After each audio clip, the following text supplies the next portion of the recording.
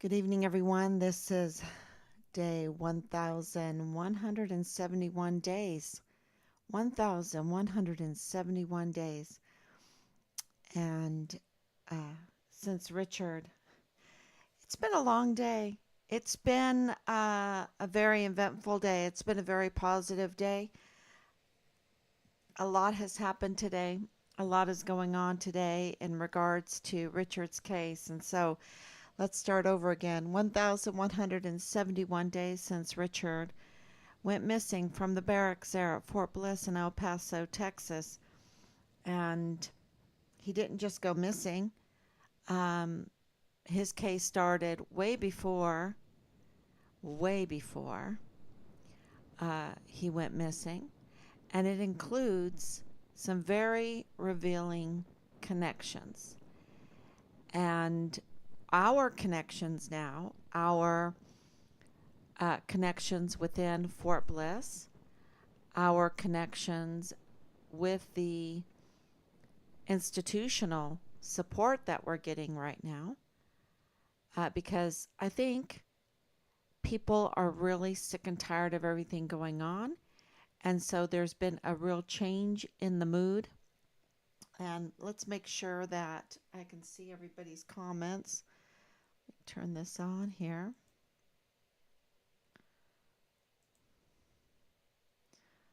See if I can do this.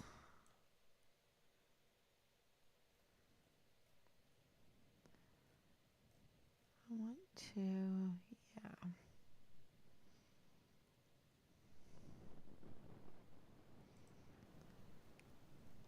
I want to. Okay, so I can see everybody's comments now. Looks like I'm on. Trying something a little new. Okay, so it's been such a busy day because of all the connections and the connections starting way before Richard went missing. That is in regards of his retaliation, severe, continuous retaliation of a whistleblower, what was going on with the CID, with the CID internship, with Park University, with the security there on Fort Bliss, and the Director of Emergency Services, with the CPS, with the CYS and OGLE administrator in charge of children's health, mental health and welfare.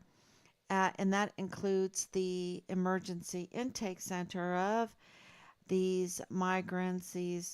I think they're pawns. They're pawns for people that are up to no good to bring these minors, to bring these um, unaccompanied minors into our country, and then to put them in an emergency intake center, and then rapes going on, all kind of nonsense there, because this grooming of a sex cult, the within even the ranks you have up all the way through. uh, Today I was sent a picture that it was redacted in some places, but it was of the president's brother. um, nudity. And I don't know if with AI and all of that, and with all of the way people can do things with computers now, if it's real or not. But there is this grooming of this sex cult, grooming of everything sexual. And, we have witnessed testimonies that things were not going well at the emergency intake center with the children. And, if they're not going well, where are the reports by Ann Ogle, right? Where are the reports? And did her divided loyalties interfere with her job to look after the mental health and welfare of the children on Fort Bliss, including the emergency intake center that was, ran by these admirals.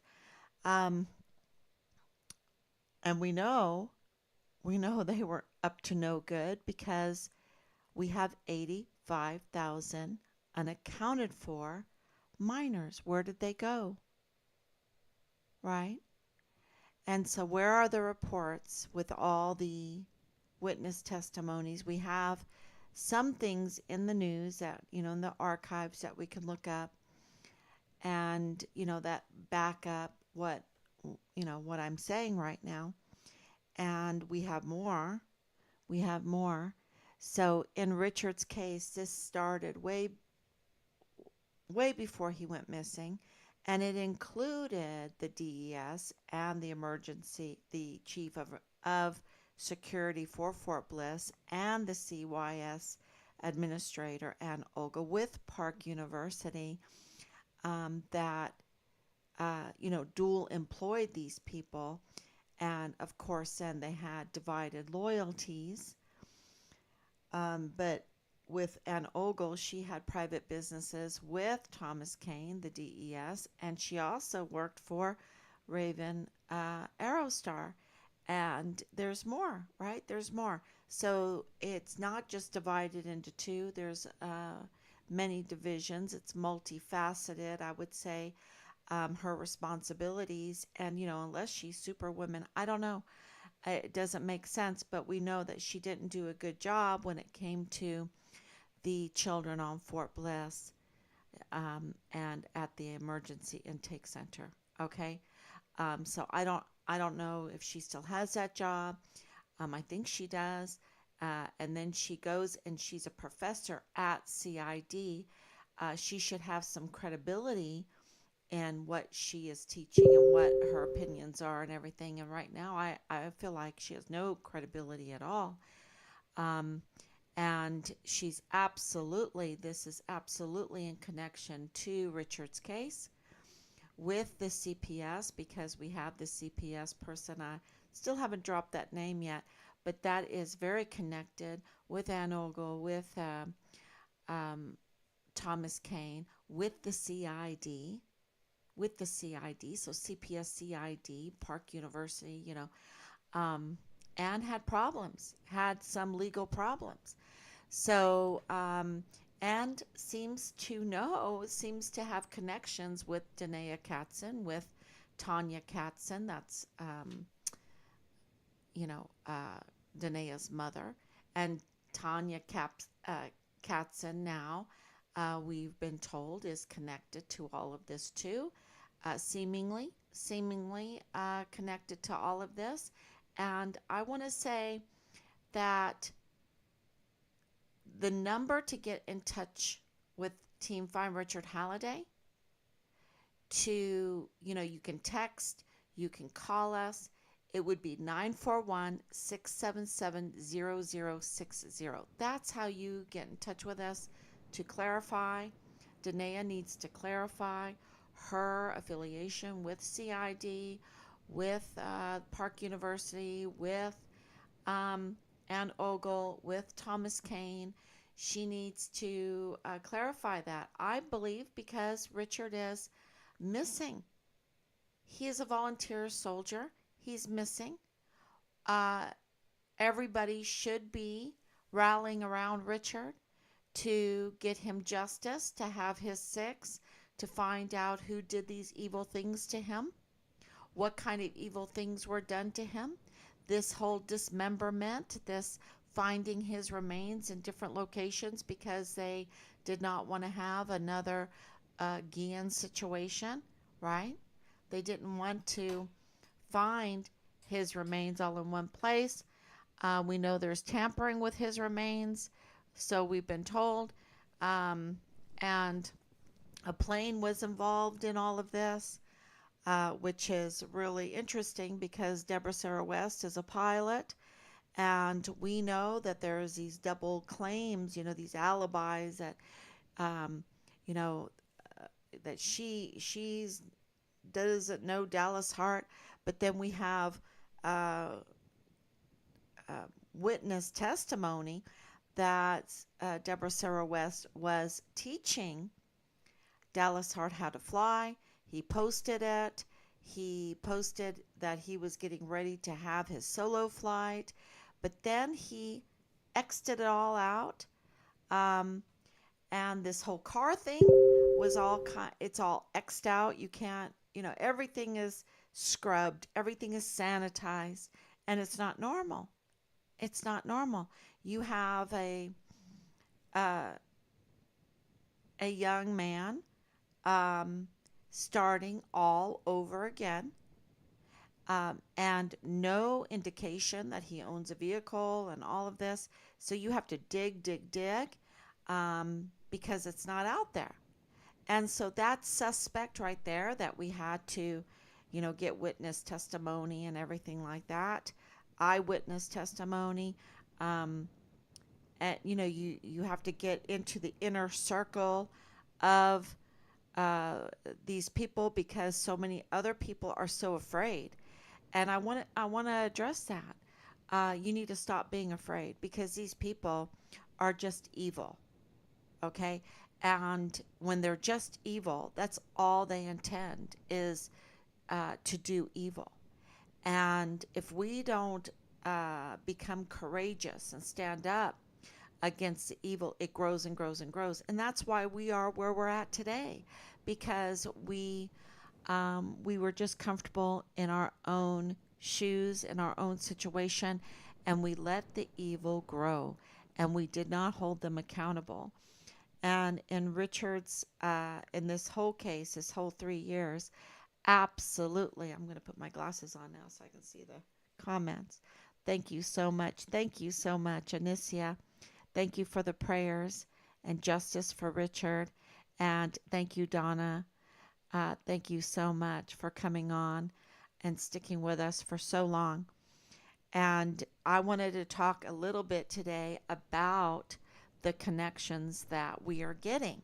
They have connections, but we have connections. And it was very clear today that I was getting all of these messages about how people are supporting us, how they're sharing. And this is where your courage can be very, very instrumental, and that is to talk to people about Richard's case, to share about Richard's case, because Richard's case involves the security of Fort Bliss, which means if that is corrupted, then other military installations are also corrupted and compromised, and then the safety of our military and our military members are then also compromised, and that means even their family members. And so this is really important that people understand the the magnitude of how Richard's case has touched all of these agencies, including the security of Fort Bliss, the children's health there at the CYS Administrator Ann Ogle, that this is involved in that it is involved in Park University. It seems that these few people, they're the ones that got the jobs there, while they were not securing the military installation, while they weren't caring for the health and welfare of the children. And so this is a real problem. I think it's a huge problem.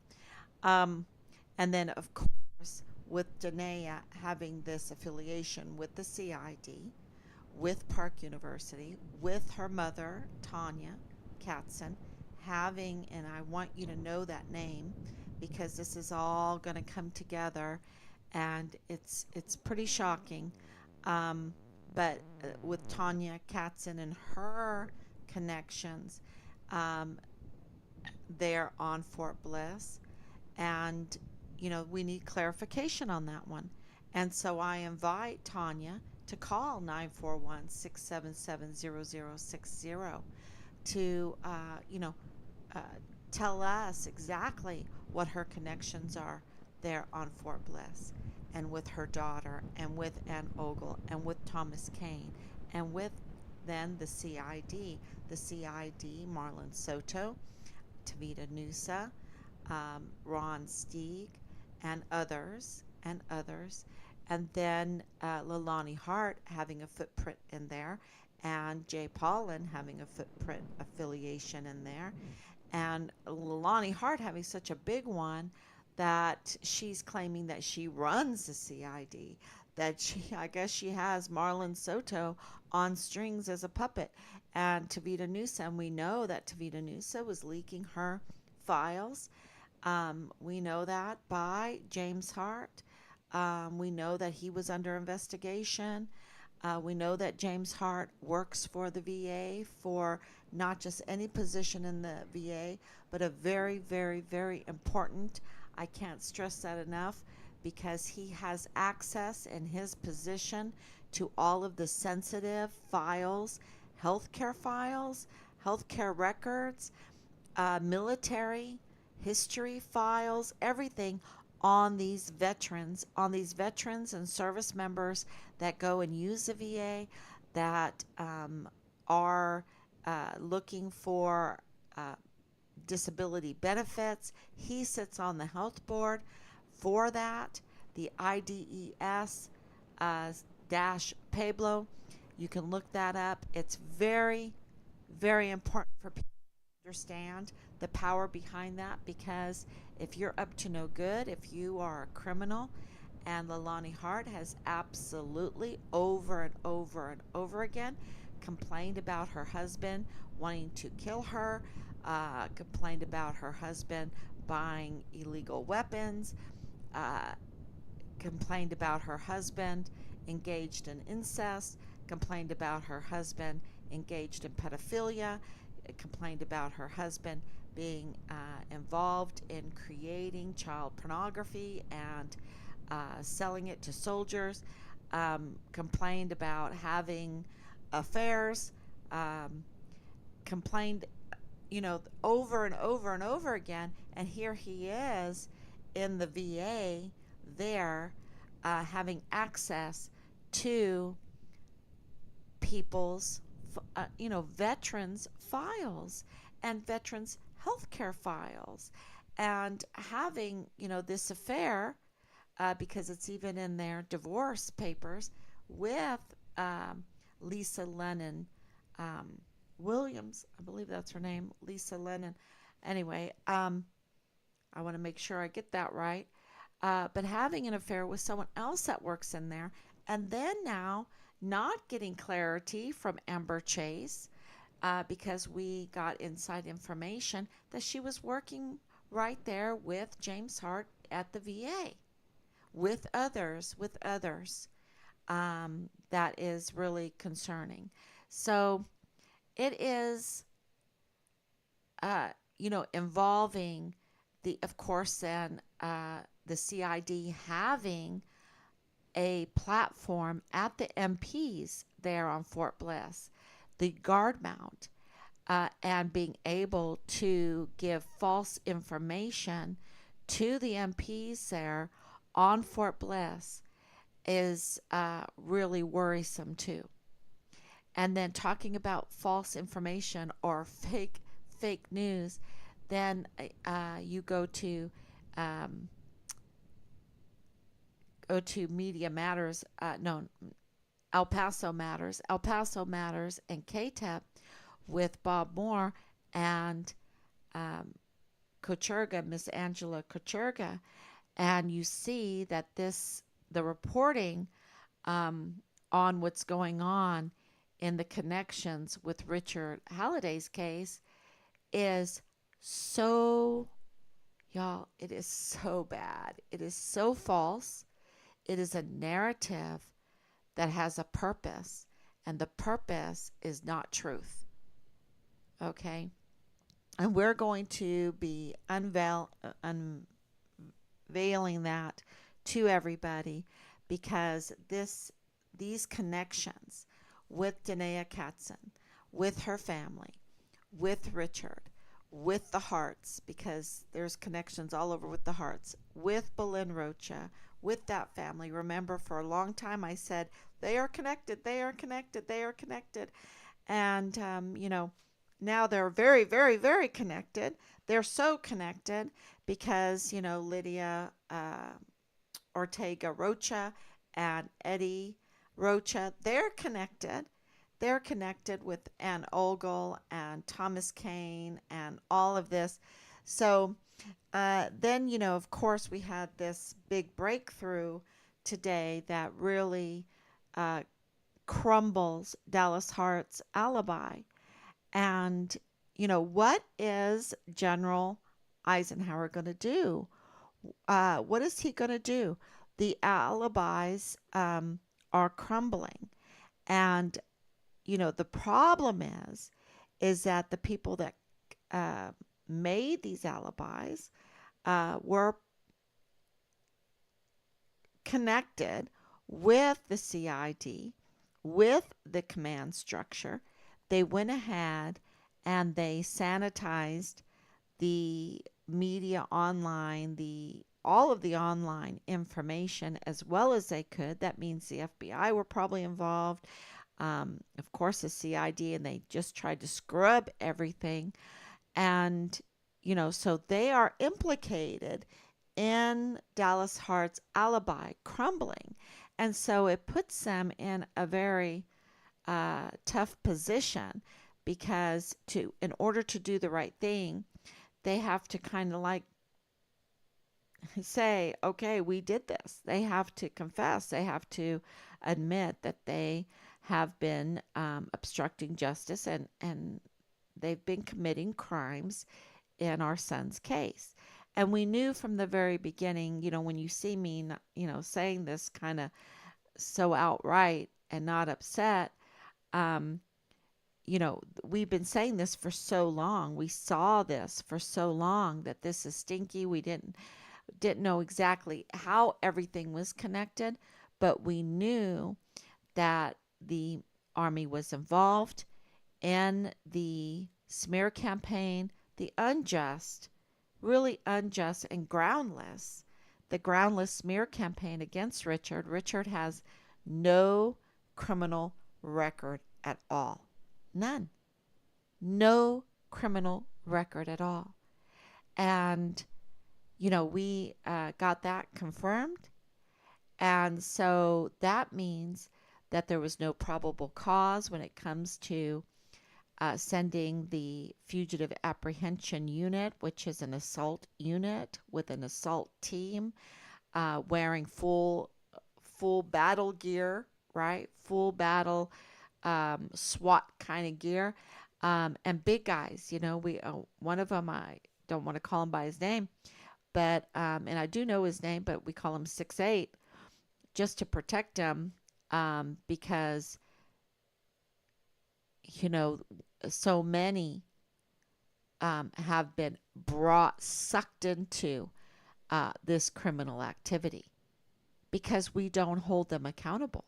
We let them go on with their criminal syndicate and hurt more and more people and draw more and more people in and groom more and more people into this kind of criminal world. And, we have criminal history records for a reason, and that is to stop people from taking advantage of other people and committing more crimes, and to stop people from getting into situations where they can continue their criminal activities and draw more and more people in, especially young, unaccounted for minors, right? So this is really important for people to understand why we even have criminal records and criminal history.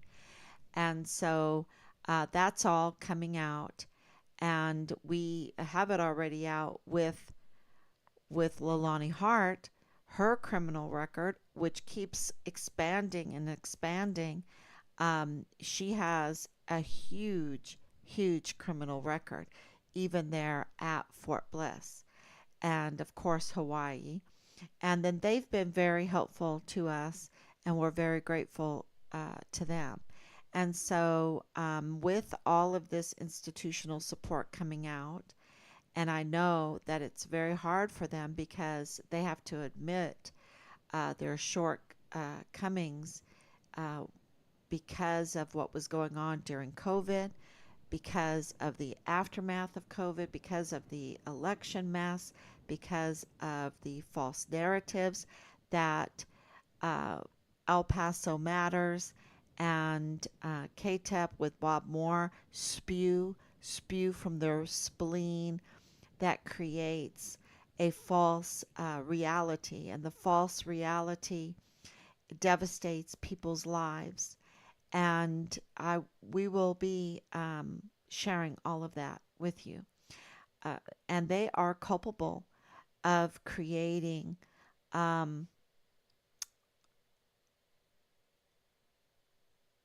really a cover up for criminals, and which obstructs Richard's case, obstructs justice, denies us due process, and yeah, we're making our case for that, and we need your support to share, because it is the shares.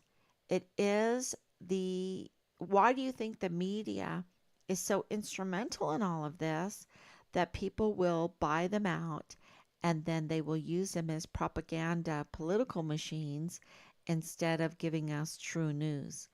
And that's because they use the media. I think, I'm questioning so many stories that I hear because I read the media now and I know these people and I know what's being said is a lie. And so the media is really plays a very evil part in the obstruction of justice in Richard's case. And, Park University,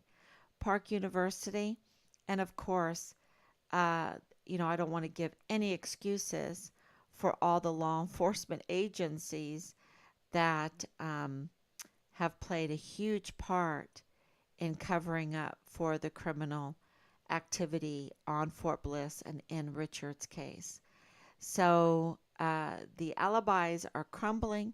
Dallas Hart's alibi has crumbled. In our estimation, it has totally crumbled.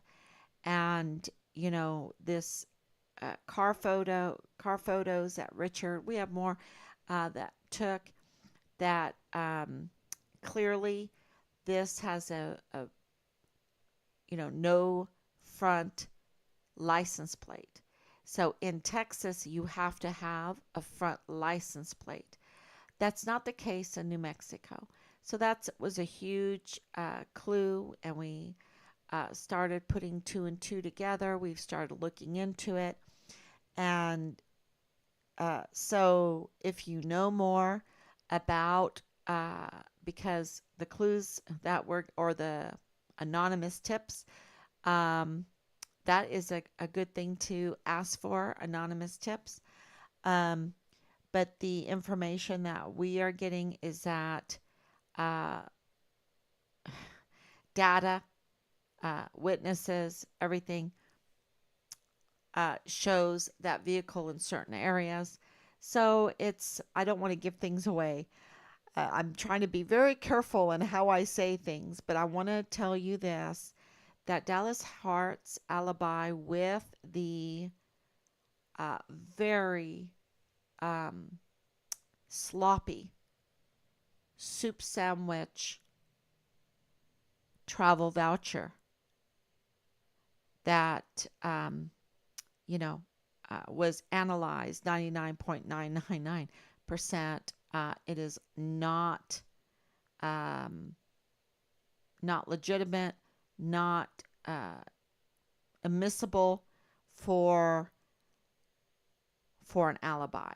And that is what he gave us for his alibi against witnesses that testified to us that Dallas Hart was a first lieutenant. Indeed, he was a first lieutenant, and was absolutely connected to Delta Battery 143. So, because where is the platoon leader for Delta Battery 143? The Army could give us that. That would be a better alibi for him. Where is his orders, right? Where are his orders? He could show that, you know, he could even redact part of it and show us some things, and it would be a much better alibi. Um, where are the generals calling us? Um, or better yet, because we don't really like the calls anymore because they're, just propaganda. Um, they don't mind lying to you. Okay, I want to tell you this. Lieutenant General Sean Bernabe lied to us continuously about his soldier, about a a whistleblower. Didn't even tell us he was a whistleblower. We've had to find out all of this, the retaliation. Um, and we know it's all retaliation because Richard has no criminal history, right?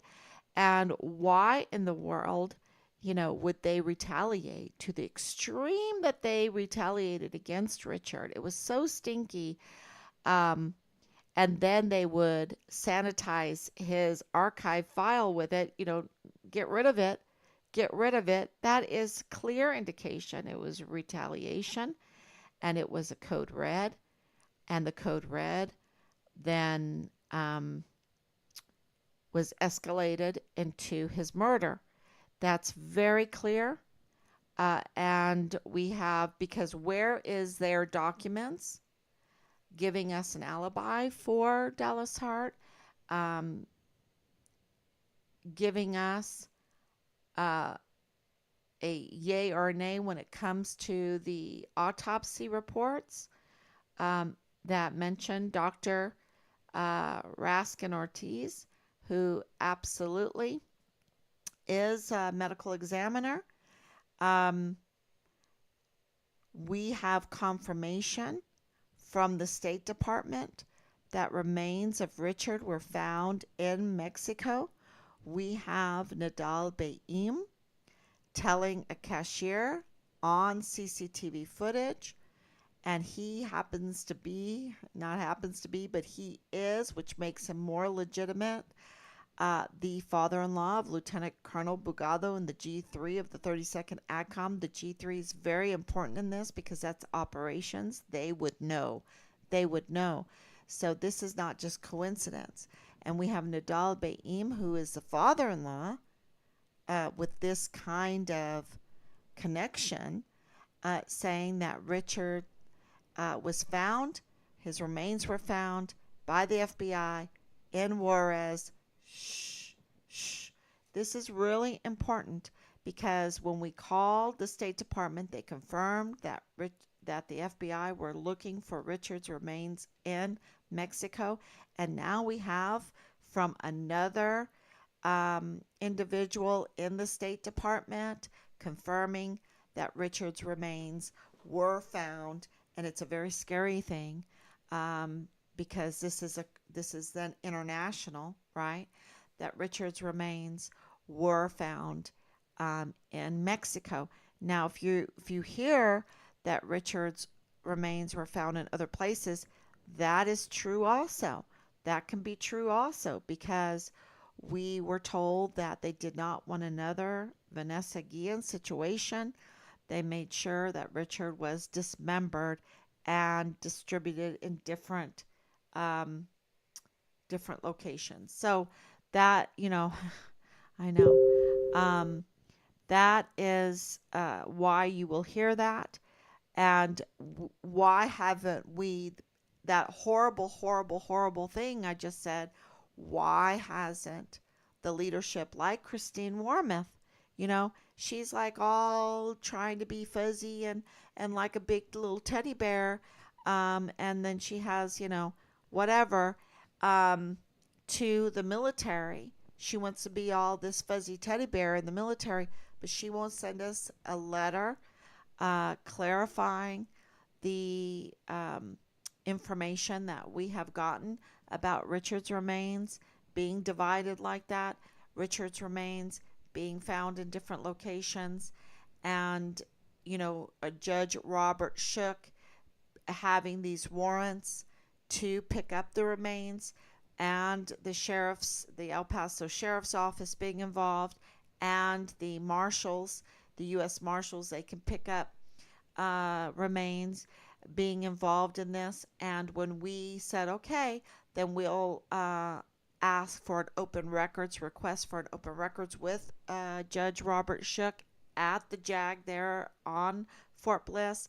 And what happened? They just packed him up and moved him out. And then they were like, they kind of packed up that whole JAG office to move them out. I think, is that witness protection, right? Is that for the criminal cabal? The criminal cabal is getting more protection. And you might ask yourself, why are they protecting these criminals? And these are huge, huge crimes. Why are they protecting them? Well, the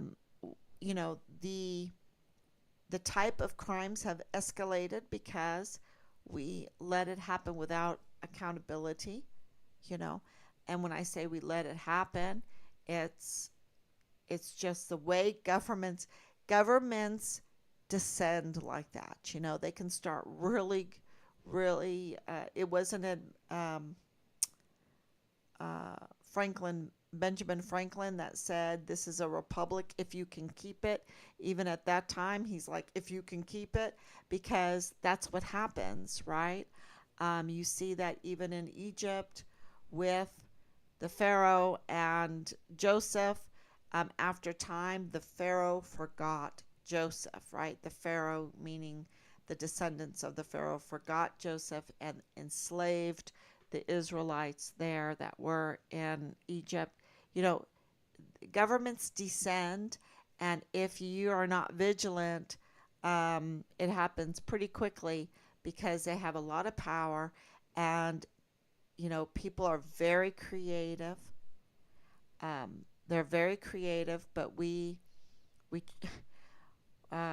not born angels, okay? We're not born angels. We need redemption, right? We need sanctification. We need a law word. We need boundaries. We need those 10 commandments. We need the word of God to keep us in line, to keep us kind people. And I say that because of homeschooling with McGuffies. And McGuffies, the whole goal of McGuffies is Mary is kind to the old blind man, right? Mary is kind to the old blind man. We have to remember to be kind.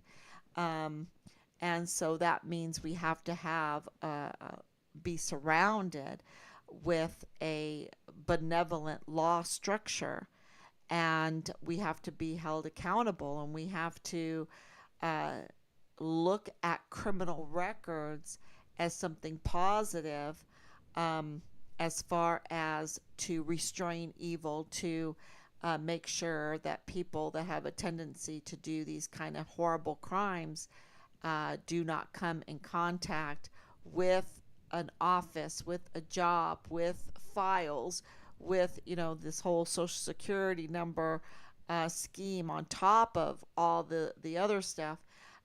We can't give them the opportunity to do that. And so with Richard's case, this has all grown very complex. It is a criminal syndicate, a band of robbers, and worse, because Richard was murdered. Okay? And what they do is, with the media and everything, if it risks their business plan, their gravy train, because they've created a gravy train, when you can legislate funding, then you can put together a business plan, and you have a guaranteed amount of money coming in with these contracts.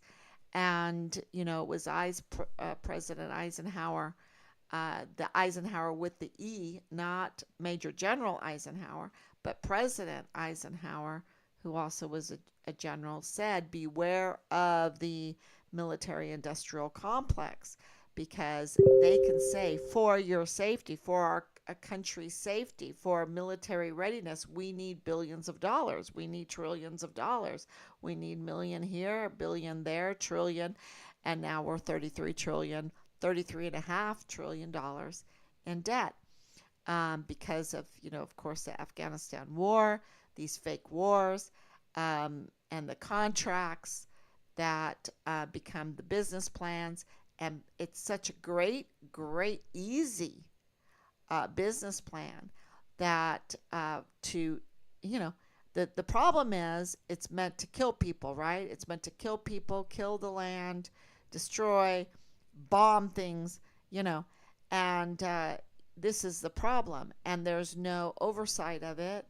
It has been allowed to grow because it's such a gravy train that, we get caught up in that whirlwind that is up to no good. And this is what Richard pulled on. He pulled on the gravy train, and they were like, is your life more important than my life? No, I don't think so. And we're going to scare you, retaliate. But, they didn't expect him to have that thick moral compass, a backbone that he has. And, so they had to escalate the code red. And Dallas Hart is a key suspect in this, with Leilani Hart, with James Hart, with Jay Paulin, with many more, because they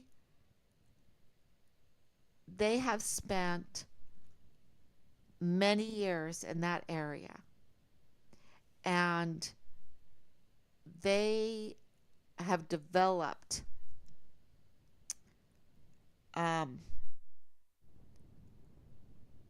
reputations in that area. And they're not good reputations at all. It's criminal, criminal, criminal, criminal. Criminal, criminal, criminal, criminal. Domestic problems. And I'm talking about all of them. I'm talking about the whole family. They don't have credibility. And yet, because they're part of this gravy train that no one wants to disrupt, they look the other way. And in El Paso, that whole area has a lot of Church of Jesus Christ of Latter-day Saints, because it's a swath of land all the way up to Utah, to Salt Lake City, because Mitt Romney's father was born there in Colonial Juarez with other families, and they have developed that area.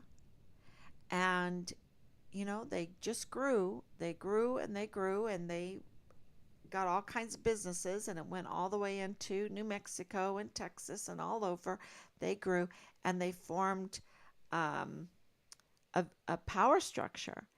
And the people involved in this have a connection with, and these are a connection as young children, okay?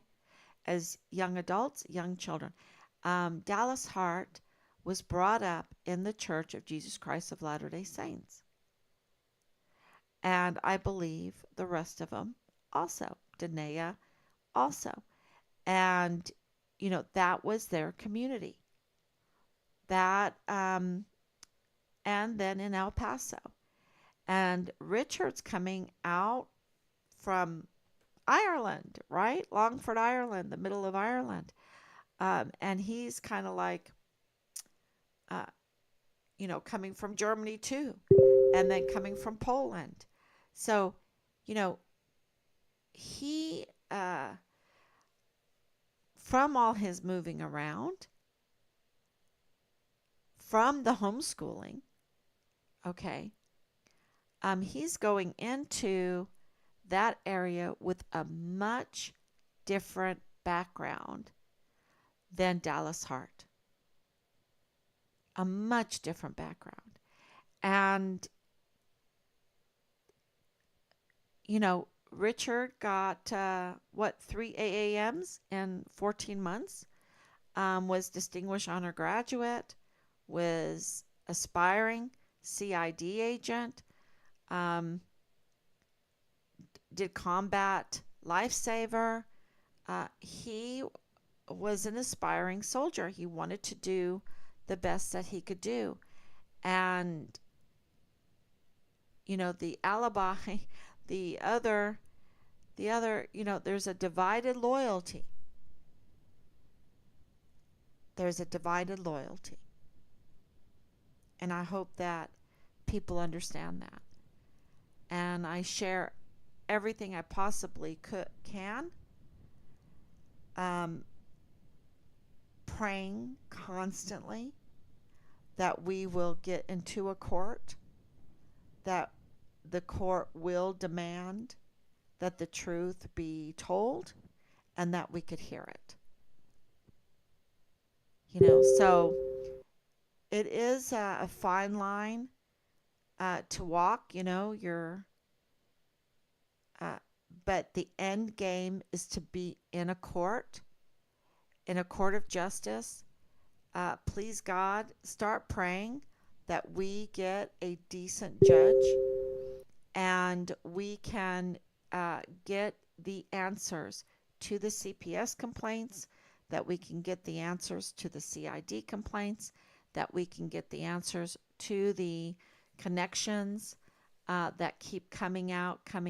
And y'all, it's just hold on to your seat, because the connections, yeah, and you'll understand why they went to this kind of level with millions of dollars to funnel through to try to cover up this murder of our son.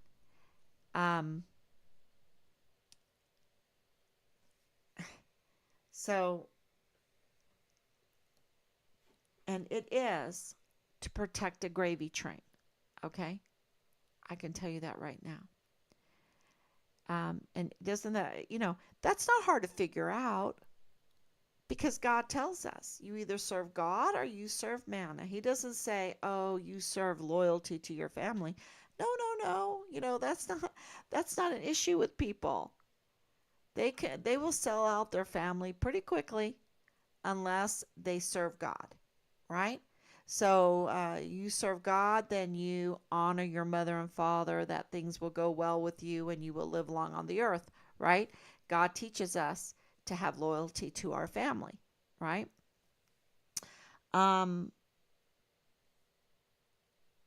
No, this is about money, following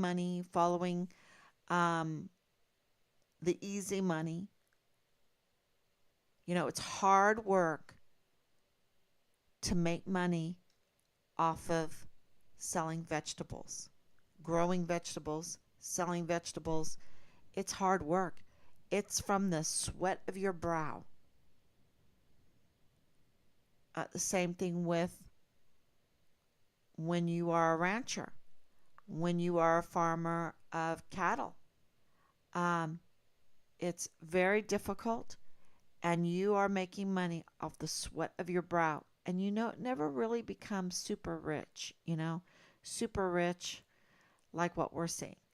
But to enslave people, to traffic people, to do that with legal, let's just say, legal protection, when you have the legal community on your side to cover for you, and you can you can give them a part of it, part of the the profits, human trafficking, the child pornography, and I want to say this every time: any pornography, okay? Because people, I was just listening to, I think Jesse Waters for a few minutes, and he had this guy on, and he's like, "Oh yeah, they don't like pornography." Nope, nope, I do not like pornography. Why? Because you heard it from Kanye West. Kanye West has a different name now, but he said, he made it very clear that all pornography was child sex trafficking. And why, he had to put his whole life, um, risk everything in order to say that. So, and I'm, for the longest, I didn't even know who he was. I mean, that's just not what I pay attention to. But when he said that, I paid attention. So, this child pornography that's going on, this child sex pornography, absolutely illegal. But I want to say that all pornography is child sex trafficking. Absolutely. He made a really, really, well, he knew. He knew. He went in those circles. Um, so that was a huge confession for him. And I think that it has saved people's lives. I think children's lives because he said that. So they make a lot of money off of that. That is the number one easiest way to make money is to sell human beings. That's always been a problem, right? And and it really has nothing to do with race. Nothing. Okay, people are always racist. They all through history they've been racist. All through the world they've been racist. Um, it's just yeah. I I this whole I don't know. Like it's shocking. Oh my gosh, it's shocking. No, no, no. People are up to no good, and they are selling human beings, and you know it's an easy way to make money. It's an easy way to make money. And they're selling the child porn. It's an easy way to make money. And especially when you're using the media to groom us into these sex cults and this sex thinking, like everything has to be sex, um, then of course it's very easy to make money when you're using taxpayers to buy the equipment and the weapons and the ammunition, pay for the military installation, pay for the service members to guard, and drive the vehicles and do maintenance on this equipment and inventory it and everything, um, to steal it and sell it, and then profit. And you've had no cost to you at all. That's very profitable too. Another big profit is all of the contracts, the American taxpayers' money contracts into building these installations and the housing and the runways, and all of that has to be paid for, and contracts go out, and it's a very easy way to become very rich. And these are all stumbling blocks for the health and welfare of our country.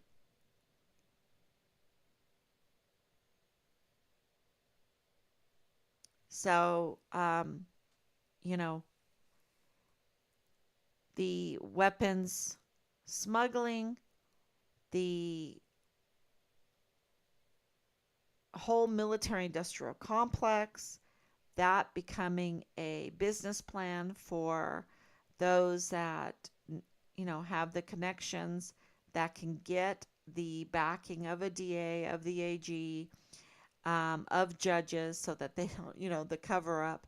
And so it's very easy when you're putting it together. Now, 3 years ago it wasn't easy for me. Um, I'm just astonished over and over again what we're finding out, and yet it's fitting together. It was Operation Hansel and Gretel, morsel by morsel. It's fitting together. We see it. It's very dangerous because we're talking about millions, billions, and even trillions. We're $33 trillion in debt. I have to say that over and over again because people don't understand. And I know in my classroom, um, the understanding of numbers was very difficult for so many of my students, to give value to just some numerals you put down on a piece of paper, was very hard to understand, to even imagine what a million is, what a billion is, what a trillion is. And we're $33 trillion, $33.5 trillion in debt. Is that a real number? I don't know. I don't, I don't even know all the narratives that they give us. But if it is, let's say it is, that's what they want us to pay back or whatever to this private Federal Reserve Bank, because it is private. That's um, another business plan. Let's enslave a whole country, put them in debt. We'll control their monies, and we'll print their monies or whatever, and we'll make them pay us interest on it. I mean, they digitize it, doesn't cost them anything, and we pay for all the buildings and all their fees and their travel expenses and everything. Um, yeah, it's a sweet deal, but the Federal Reserve Bank that has never been audited, that needs to be audited, um, to have them, I've lost the track of what I was going to say, but the whole fraudulent, um, trap that they have put us in, And I will tell you this, I know for a fact that Richard might have not known everything, but he was aware. He was aware. He was aware of these traps. And to go there and to call them out, to be a young man full of vim and vigor that had these aspirations, that wanted to be the PI, that wanted to be the criminal investigative, uh, you know, leader, to clean up, crime and everything. Uh, he was aware, and he absolutely called them out. He absolutely was a whistleblower. He absolutely was retaliated against. And these established people was like, how can this outsider come in and start messing in our business in our city, on our installation, our military? They're so bold. They feel like they own the place, right? And here comes Richard, an outsider, coming in, and absolutely Dallas Hart knew Richard. Absolutely. Okay. Absolutely his alibi has crumbled. Absolutely Leilani Hart was very upset with Richard, for being this outsider coming in and messing. So was James Hart. So was Thomas Kane. So was Ann Ogle. So, he's messing with their business plan that they've spent years developing. Jay Pollin's like, is Richard's life, Richard being the outsider coming in, what did he build? What did he do? I've built this criminal little syndicate. I've made myself credible to these criminals so that they would bring me in the fold, that I could have a piece of this very easy, tasty pie from on the backs of Americans, and also, um, you know, dehumanizing so many people that they traffic, and that they prostitute out, and and they just have convinced themselves that it is okay. It's okay, and it's not. And Richard was an outsider that came in and said, it's not okay. It's not okay. You cannot do this to children. You cannot do this to migrants coming in that are unaccompanied, and they're, young. You cannot do that to them. You cannot do that to the American people selling this equipment and sticking the money in your pocket.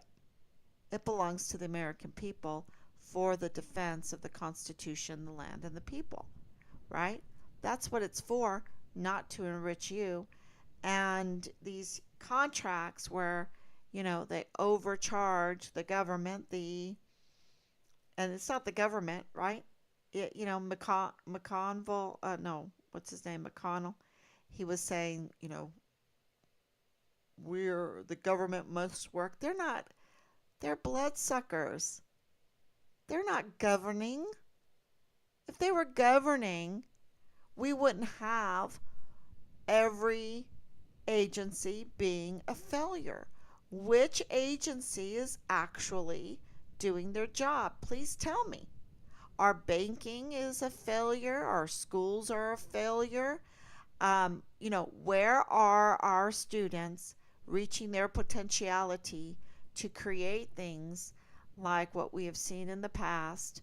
Our food, if you're a certain class, you get the finest fish, you get the finest cuts of meat, you get the finest even tomatoes.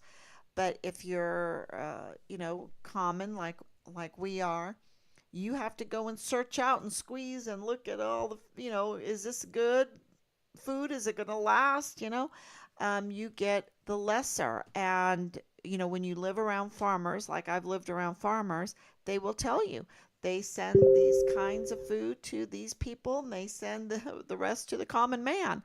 So,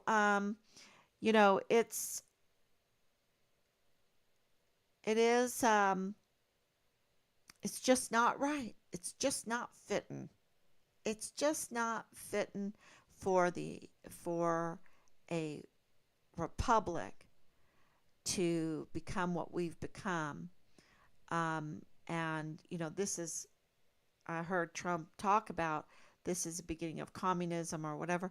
Absolutely, you get the good caviar going to, this is in Russia, the good caviar going to the elites, and the rest of the people, they're just scrapping by, hoping to get some good potatoes, right? So this is why Richard was such an offense to them. In my because 3 months of he's a POS, he's a POS. I'm like, why is he a POS to you? Why don't you find him? Then you can, if he did do a crime, which he never did a crime. So of course he didn't do a crime, and he was offense to them. Okay. The pedophiles aren't offense to them. The the people in charge of these institutions, and to me, it's Ann Ogle and Thomas Kane are so offensive to me, and the same thing with Marlon Soto. They're so offensive because they're given the trust of such importance, right? Our service members, the security of our military installation, all of our equipment, all of our weapons, all of our service members, and then also Ann Ogle, who we have entrusted to take care of our, to look over, to make sure there is oversight over our children. And even to those children coming into our country, even illegally. But, we are a nation that is so generous, that is a volunteer nation, that we try to be very humane historically. But now we've just become inhumane and warmongers, and human traffickers, human sex traffickers, to even the most vulnerable people coming into our country.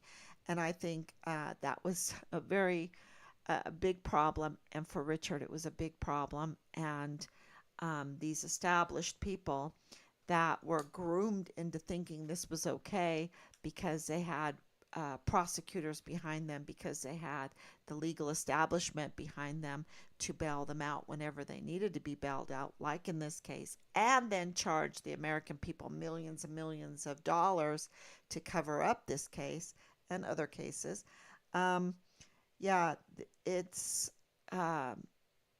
Richard was an offense to them, to their criminal grooming, and it's got to stop. It's just got to stop because it's undoing our country and hurting so many people.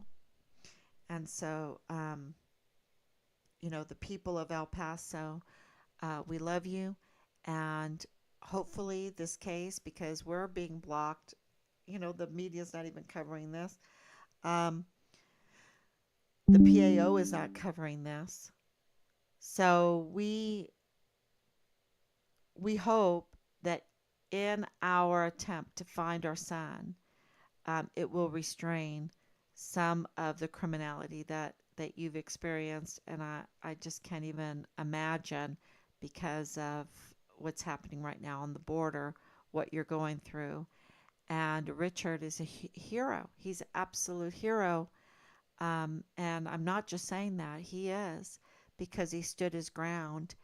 And by standing his ground, he really, even though we believe that he was murdered and he lost his life, but in that, he's a hero. I didn't want him to be a hero. Remember at the beginning, I would say, geez, this is the first time in my motherhood. I hope that he was a real jerk and he ran away, right? Um, but that's not the case. He didn't run away. He stood firm.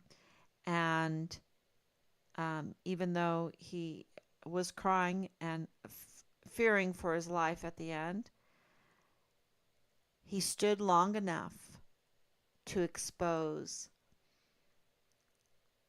the underbelly of the dirty truth, of the dirty truth and the crimes being committed, not only him, not only our army, not only the children, but to the American people. So, you you'll see. You'll see. Um, and you've seen already.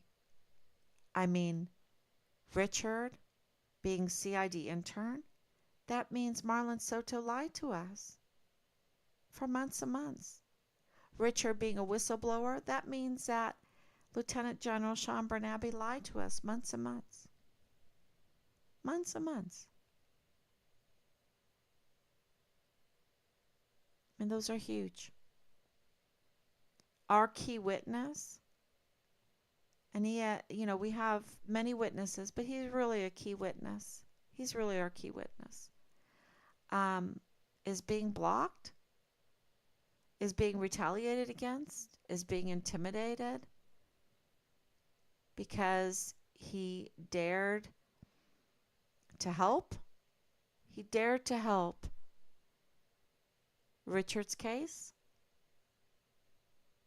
And all the lies spewed is just, we've been through them. I mean, there's quite a bit. We've been through them. And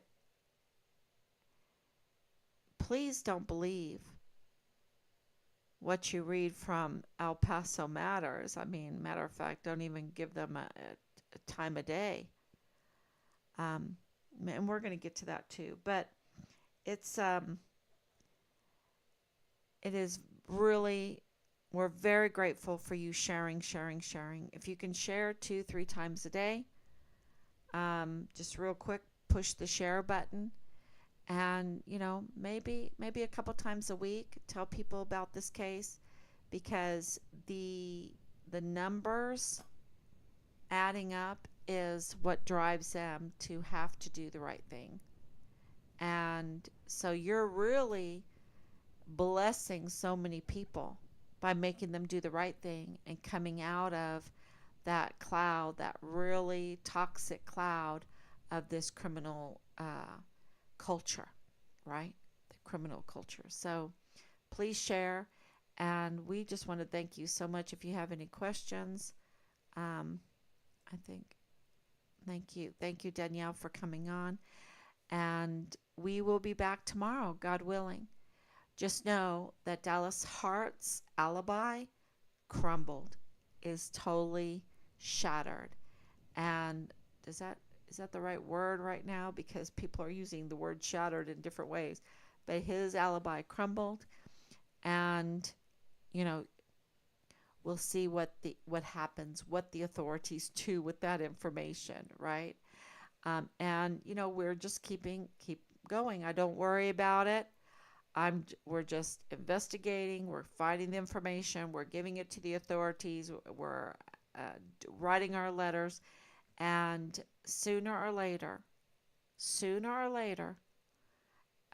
it's all gonna break. It's all gonna come out, and I think I want to thank all of our connections, all of the Team Find Richard Halliday connections for exposing all of these things, because yeah, if it wasn't for you, we wouldn't be here. So thank you so much, and I will be back tomorrow, God willing.